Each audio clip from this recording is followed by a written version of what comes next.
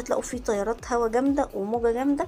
لا هنا كان هادي كده حنين، ما كانش فيه التيار الجامد. انا ما بحبش الموجه الجامده، وما بحبش المكان يبقى مش نظيف، وما بحبش الناس تبقى مش مستزوقه. فلما بلاقي الثلاث حاجات دول متوفرين بحب المكان، وبحس ان انا مرتاحه فيه، وبحب ان انا انزل فيه. غير ان الراجل كان ذوق برضو، اجر لنا البراجولا ديت ب150. ما كانش من النوع اللي هم الناس اللي هي بتحب تستغل او كده. تمام. هو دلوقتي بيظبط لنا البراجولا، وانا كنت بصور الشاطئ وكده، وفضلت كل يوم اروح الشاطئ ده عشان انبسطت فيه وارتحت فيه نفسيا. ارتحت في المية، ارتحت في الجو، فبقيت خلاص يعني. حتى انا بقول لو رحت تاني مش هخش الشاطئ في الاول واروح على الشاطئ ده اصلا على طول، من كتر ما انا ارتحت فيه في التعامل، وارتحت اصلا ان انا اصلا اروحه يعني.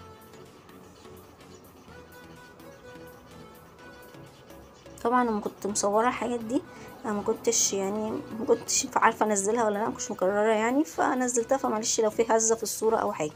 دي البراجولا بتاعتنا اللي احنا خدناها. تمام. طبعا ايه احنا واخدينها اهو، وده المنظر اللي قدامنا، وادي ايه الخوص من فوق. طبعا انا بحب التفاصيل والديتيلز دي قوي، بحس ان انا مبسوطه يعني بالاماكن دي. مبسوطه مثلا ان هم غيروا الديكورات وعملوا كده. وده لو انت عايز تاخد شمسيه واربع كراسي اهو متوفر اهو على البحر، مكانها موجود. والراجل كان ذوق جدا في التعامل، واي حاجه يقول لنا عنينا لكم تحت امركم، وكنا واخدين رقمه معانا. وادي الميه، وادي اهو. بصوا الميه كانت جميله جدا. وحتى في اطفال، بصوا على بعد كده في ناس اهو متواجده. الدنيا امان يعني، والميه واطيه عندهم.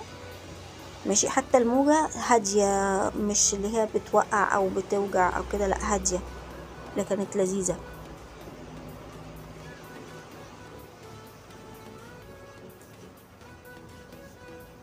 ادي المنظر اهو. حتى بصوا في طفلة بتلعب. ماشي. الدنيا حلوة امان، مفيش مشكلة. بصوا كان المكان اهو فيه اطفال عادي بيلعبوا على الرملة مستمتعين.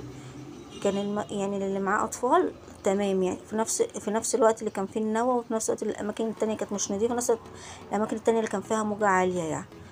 فانا بقدم للناس مثلا بتقول طب نروح فين، احنا بنفكر ان كل الدنيا مش مظبوطه. لا في اماكن اهو، انا بحاول ان انا اساعد الناس يعني، واقرب لهم المعلومه. طبعا انا صورت ده برضو. التصوير ده كان الساعه 5 او 5:30 كده، اخر النهار. برضو الدنيا حلوه، والموجه معريتش ولا البحر سحب ولا حاجه. والناس بدات تيجي على المكان. ماشي. وادي اطفال اهو بتلعب اهي، عشان اوريكم برضو ان الدنيا بالنسبه للاطفال اهو تمام. وبصوا الناس على بعد اهو، والمية عند ركبها. وده الشاطئ اللي جنبنا برضو للي حابب ان هو يدخله.